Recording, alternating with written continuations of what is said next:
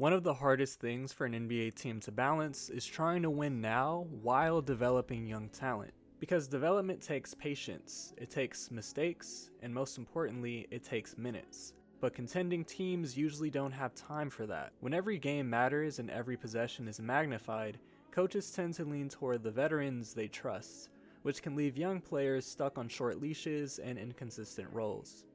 And sometimes that environment can completely derail the trajectory of a promising young player. So in this video, we're going to look at 3 recent examples of how contending teams failed young talent. We'll talk about Dalton Connect with the Lakers, a rookie who looked like one of the steals of the draft before a bizarre trade situation completely shook his confidence. Then we'll look at Rob Dillingham in Minnesota, a dynamic scoring guard who had massive hype coming out of Kentucky, but never really got the runway he needed on a team trying to compete in the West. And finally, we'll talk about Jonathan Kuminga with the Warriors, a high upside lottery pick who showed flashes for years but was never fully trusted in Golden State's system. 3 talented young players, 3 teams trying to win right now, and 3 situations where the balance between contending and development completely fell apart.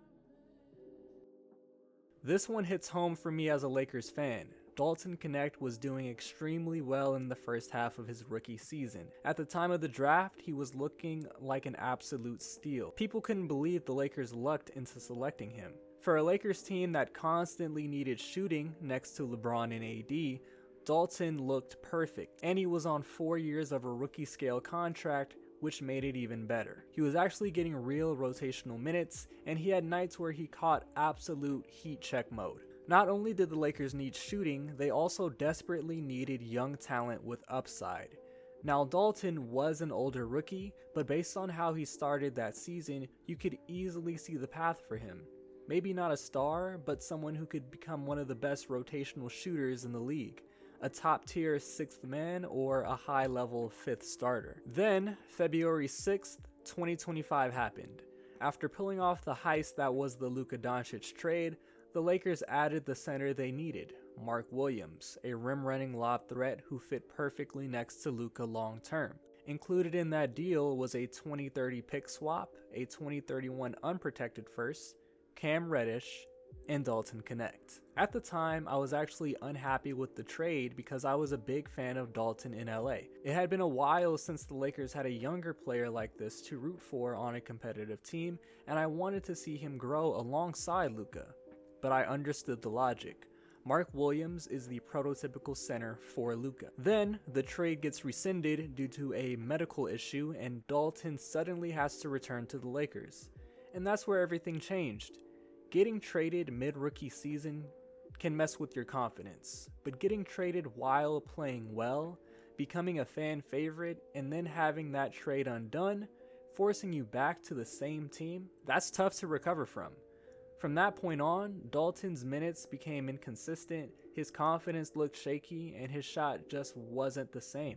Then in Summer League, where you'd expect him to dominate, he was basically an afterthought. Now this season, he's mostly seeing the floor during garbage time alongside Bronny. There wasn't supposed to be a need for the Lakers to add Luke Kennard.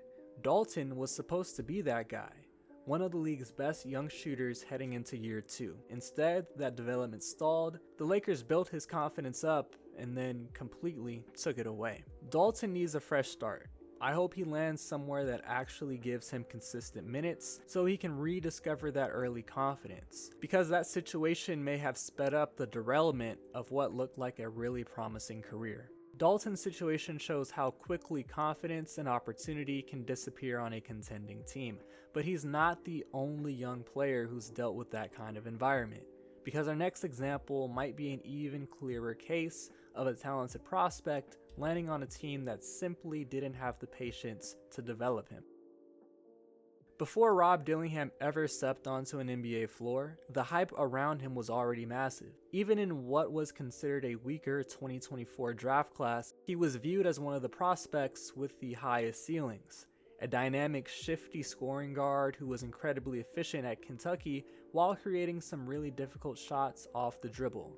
And even though he came off the bench, he was still seen as one of the most electric players in the draft. The hype got so big that even Drake brought him out on stage at a concert, which is unheard of for a collegiate player coming off the bench. That's the level of buzz he had.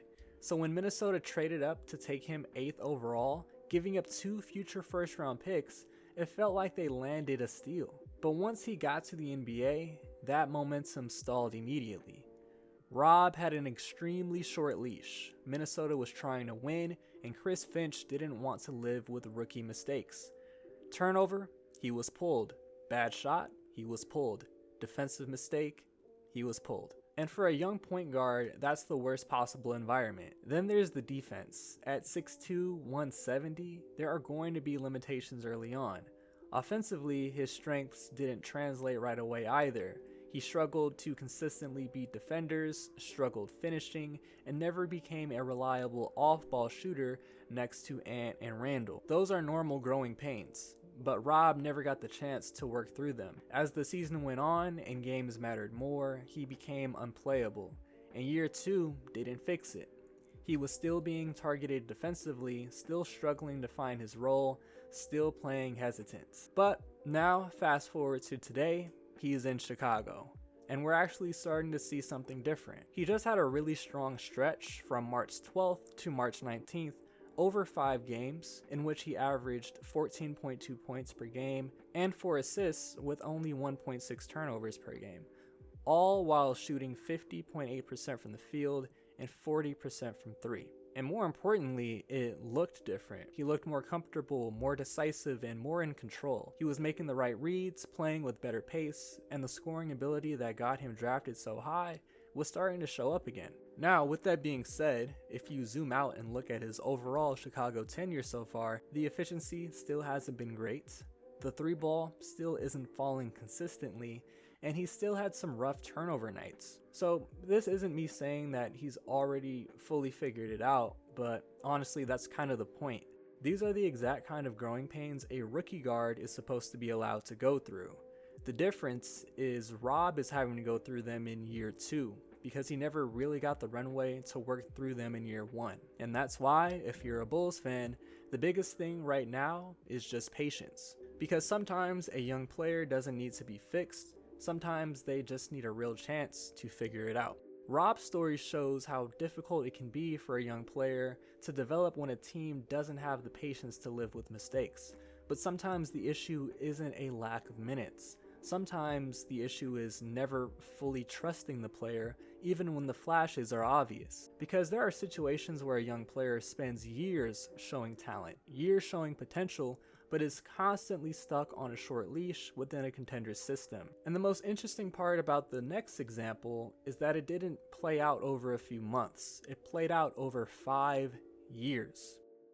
Jonathan Kaminga entered the league with serious upside and expectations. Selected 7th overall, he was supposed to be the bridge between the Warriors' present and future.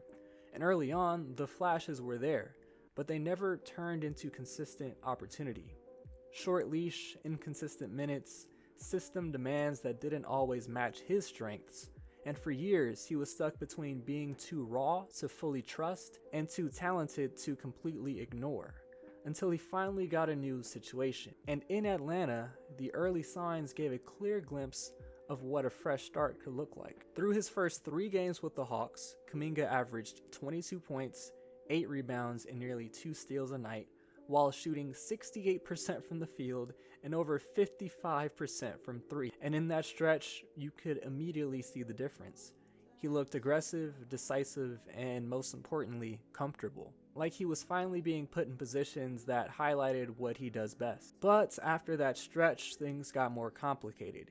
He's been in and out of the lineup due to injury management, stemming from the injury he suffered in his final game with Golden State, and that inconsistency in minutes, combined with possible lingering effects, has clearly affected his rhythm and shot consistency. So no, unfortunately, this hasn't been the perfect breakout, but even with that being said, there have still been strong flashes from Kaminga on both ends of the floor in Atlanta, and more importantly, the move showed that the talent is still very much there. That's why there's still reason to believe he can solidify himself as a rotation player moving forward, whether that's in Atlanta if they bring him back this summer, or somewhere else. And that's what makes this so important, because even if the results aren't immediate or perfectly linear, a new environment can still be the thing that gets a player back on track. We're already starting to see that with Rob in Chicago, and maybe sooner rather than later, Dalton gets that same opportunity too. Sometimes young players don't fail teams, sometimes teams fail young players. When you look at Knecht, Dillingham, and Kuminga, the pattern is clear.